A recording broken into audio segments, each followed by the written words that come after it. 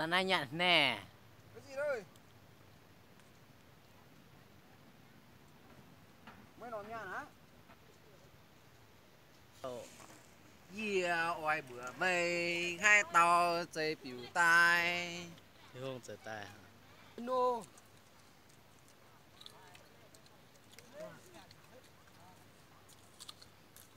Ôi trời ra này rơi đó là một tiêu can nữa. kinh khu á quả. Khu hả? Khó. Khu có cái tiếng phun rồi. Ơi cái tiếng nhắn hai cậu ơi. Đi nhà tôi ta về cho nó nữa. Khét ta nhận tôi chỉ nó. Cái dùng à? Chưa nom. Nhưng mà hả? Nhà có biển vài lỗ. Ôi, giờ này nhúng mây à, nó phải quẹo hả? Quả đường như cả nhà. Mấy nào nó bắp bẻ. Ở nội Việt Nam này. Ô, như cái gì mình tiền họ à? Nhận 4 tờ lô mà cả. Ơi, mà nó còn đó. Nay có chiu, nay có tảo ton, nay có chiu mấy cái súp nhé. Xa nhà nè à? Nhận như ở này tiêu bằng nhạc của. nè nè. Mà tôi à. Cái kén thập vô nó có.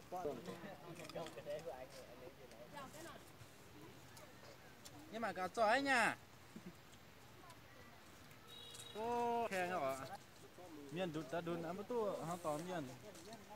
Chiến tụ. Mà để chia tôi ở ngoài mạng lò ha.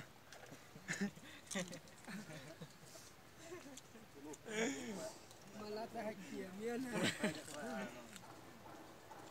Cái đó có khu bò.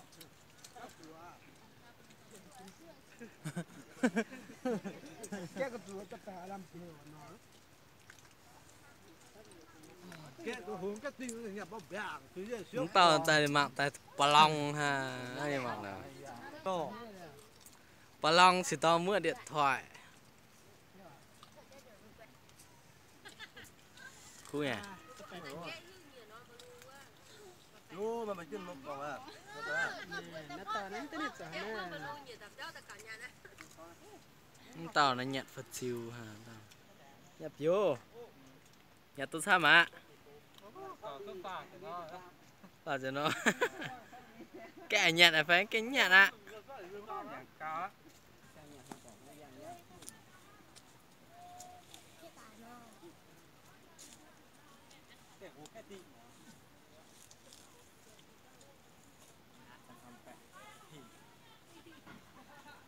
Nè, tham tài nhận hình nó cỡ.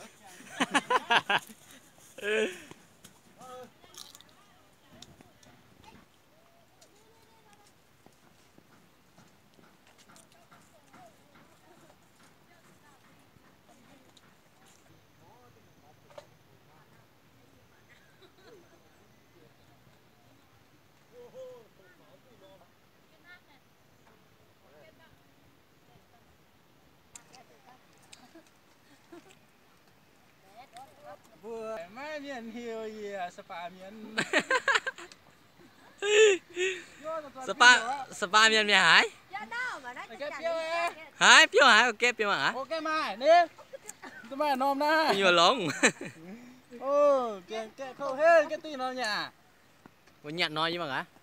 À, như là nó mới nhậu. Mai. Tham cửa ơi. Chẳng ta gồm phán cứ một bữa tập phán tôi đang còn sát ta tại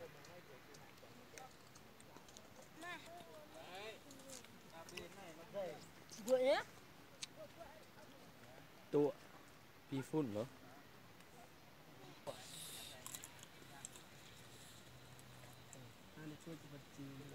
Đây, dạ, để như sự đây nhà hết. Mày kia nhăng nhăng.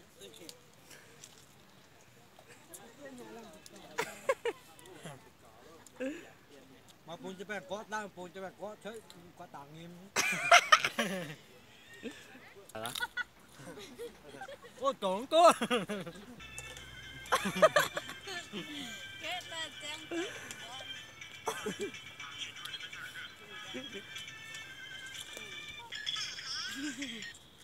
Mày nhà sửa tiếp.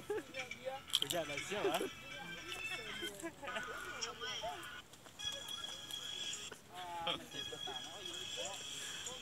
Quê. Phúc cạn hơn. Người hàng kia run. Gì nhang kia run nhận sam tao ồ. Rồi nhận thầm. Ai liu à. Lô nhà tảo lẹn.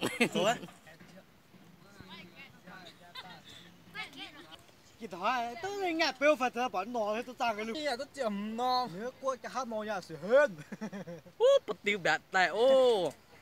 Nhưng mà cái này giờ gần nó xuân của bù đấy muốn hả bò. Mình nhận bật tiêu tí ở lò à. Nhà bắt đầu. Trời ạ. Mày quay.